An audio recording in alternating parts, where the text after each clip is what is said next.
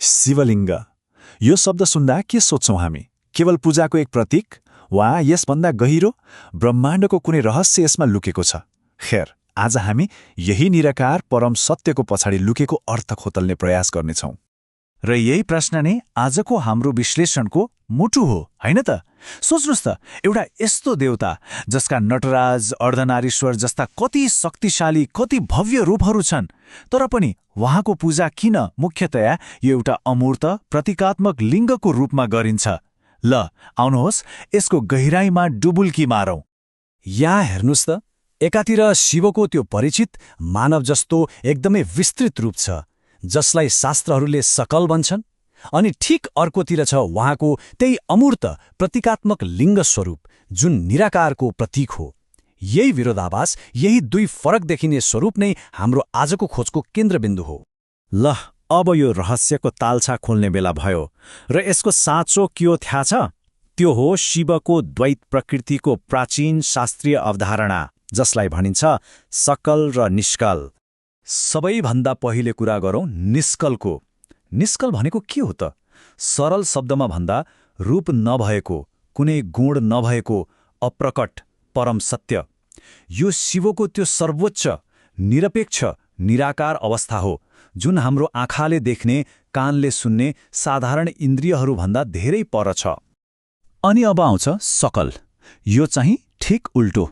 सकल भनेको रूपसहित, गुणहरूले भरिपूर्ण, प्रकट भएको देवता। यो शिवको त्यो पक्ष हो जसले हामीले देख्न र बुझ्न सक्ने रूप र गुणहरू धारण गर्नुहुन्छ। जस्तै हामीले मन्दिरहरूमा देख्ने उहाँका विभिन्न मूर्तिहरू हो, त्यो नै सकल रूप हो। त्यसो भए अब त भिन्नता एकदमै स्पष्ट भयो, होइन?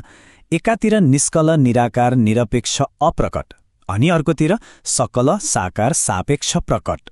यही हो शिवको त्यो अद्भुत द्वैत वास्तविकता, जसले उहाँलाई अरू सबैभन्दा अद्वितीय बनाउँछ। र यो कुरा हामीले मात्र भनेको होइन, शिवपुराणको विद्येश्वर संहिताले नै यसलाई अझै स्पष्ट पार्छ। त्यसमा भनिएको छ, शिवलाई मात्र निष्कल, निराकार र सकल, साकार दुवै भनिएको छ। अन्य देवताहरूको हकमा यस्तो छैन। सोच्नुहोस् त, कति महत्त्वपूर्ण कुरा। यो द्वैत प्रकृति शिवमा मात्रै निहित रहेको एउटा एकदमै विशेष गुण हो। ल, अब जब हामीले निष्कल के हो भनेर बुझ्यौँ, तब बल्ल लिङ्गको प्रतीकको वास्तविक महत्त्व खुल्दै जान्छ। किनकि लिङ्ग वास्तवमा त्यही निराकार, त्यही अनन्त स्वरूपको सबैभन्दा शक्तिशाली र सबैभन्दा उपयुक्त प्रतीक हो। शिवलिङ्गलाई शिवको त्यही निष्कल पक्ष, मतलब निराकार पक्षलाई दर्शाउने सबैभन्दा उपयुक्त प्रतीक मानिन्छ। यसलाई यसरी बुझौँ, यो त्यो मूल रूप हो, त्यो स्रोत हो जहाँबाट अरू सबै रूपहरू उत्पत्ति हुन्छन्। एक अर्थमा भन्दा यो त सृष्टिको बीज जस्तै हो। त्यसैले जब शिवलिङ्गको पूजा गरिन्छ, त्यो वास्तवमा कुनै मूर्ति या आकारको पूजा मात्र होइन, त्यो त सम्पूर्ण अस्तित्वको त्यही परम, त्यही अप्रकट स्रोतमा ध्यान केन्द्रित गर्नु हो। कस्तो गहिरो कुरा, हेर्नुहोस् त। एउटा गहिरो, अमूर्त अवधारणालाई ठोस आध्यात्मिक अभ्यासमा उतार्ने यो एउटा शक्तिशाली प्रक्रिया हो। र ठ्याक्कै यसै कारण लिङ्गको पूजालाई परम सत्य अर्थात् ब्रह्मको प्रत्यक्ष पूजा मानिन्छ। त्यो ब्रह्म जसको न कुनै सुरुवात छ, न त कुनै अन्त्य। मतलब यो कुनै सीमित रूपको पूजा भएन, यो त सिधै अनन्तको उपासना भयो। तर कथा यतिमै सकिँदैन।